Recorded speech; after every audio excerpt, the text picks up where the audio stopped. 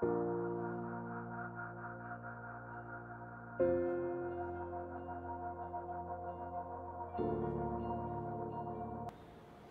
friends, welcome back.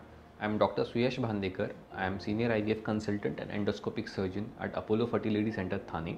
I'll be talking today about the factors that affect the IUI pregnancy and its success. So we all know IUI is a simple but effective modality of treatment, especially in cases who are not able to conceive. It involves placing highly motile sperms inside the uterus at the time of ovulation. So it's a simple effective procedure which has been implicated in cases where there are like mild male factor infertility, or in cases of unexplained infertility, in cases of mild endometriosis, ejaculatory dysfunction or impotency. So there are many factors which affect the success rate of IUI. The most common I'll be discussing, the most important being the female age. So if we have a female who is more than 35, definitely the success will be less, because the egg quality, the ovarian reserve is compromised. Also, if we come across the male's age, even in that case the quality of the sperm, the amount of semen is declined. So whenever we have it is ideally, the IUI is ideally indicated in patients who are, the female is less than 35 years of age, or where the duration of infertility is less than 8 to 10 years. So second is the indication of IUI. So whenever we do an IUI for a case of PCOD or ovulatory dysfunction, in that case the success rate is always better as compared to a case of severe endometriosis, where we are not able to get a proper success rate. Secondly, in cases of unexplained infertility, IUI done with proper gonadotropin stimulation, ovarian stimulation, is going to get you a proper success rate. So type of stimulation depends upon whether what medicines you are going to use, whether you are going to use an oral medicine like a clomiphene citrate or letrozole, or you are going to use a gonadotropin, or a combination of both. It is usually seen that whenever you use a oral inducing agent like a letrozole or clomiphene citrate, or with gonadotropin, or if it is like a gonadotropin only cycle, the success is much better. Also, the one of the more important point to be highlighted is the cycle monitoring. We have to monitor the cycle in terms of the transvaginal ultrasounds for their folliculometry, in which we look out for the follicle size and the ventrometrial thickness. Also, if done by the doctor who is going to do your IUI, the cycle management is much better.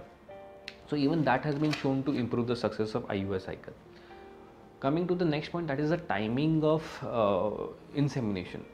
So whenever we give the trigger injection, we plan an IUI between 36 to 48 hours after the trigger injection, and if possible the rupture of the egg should be seen prior to doing an IUI. So even that will help in increasing the success rate. Coming to the next point, that is semen collection. So what we usually recommend is that whenever we do a semen processing, the lab should be in the same setup where we are going to do an IUI for you.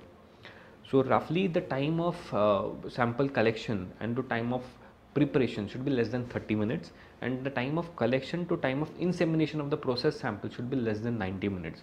So even that matters in terms of success rate. So coming to the semen preparation technique, we have both the swim up technique and a density gradient method. Whenever we have a good sample, in that case swim up technique is also good, but in case if we have a not so good sample where we are dealing with a male fertility thing, in that case density gradient will yield us a better success rate. Secondly, we come to the factors that affect the IUI procedure itself. So whenever we basically we should try to look out for certain changes that might hamper the success rate. So whenever we have some local vaginal infection, that should be treated first. We should ensure that there is some optimal bladder filling, so that will help in negotiating the cannula properly inside. We can use soft material cannulas that should not hurt the uterus. There should be minimal handling of the cervix. You should clean the cervical mucus properly, or any sort of infection that is there. So you should clean that first.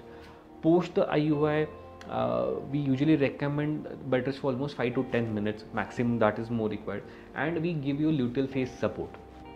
So even that is known to increase the success rate for the marriage.